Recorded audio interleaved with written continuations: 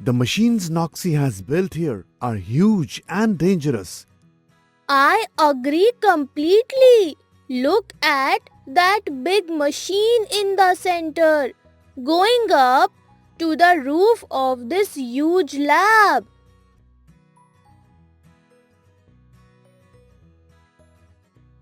We need to build some instructions and commands to feed into these robots and stop this process by Noxy. This machine has some really advanced features.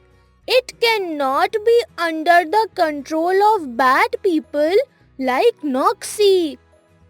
We need to create a few commands and instructions to feed into these machines and stop them. I can create those using Python, but I will need some of your input, Mapy.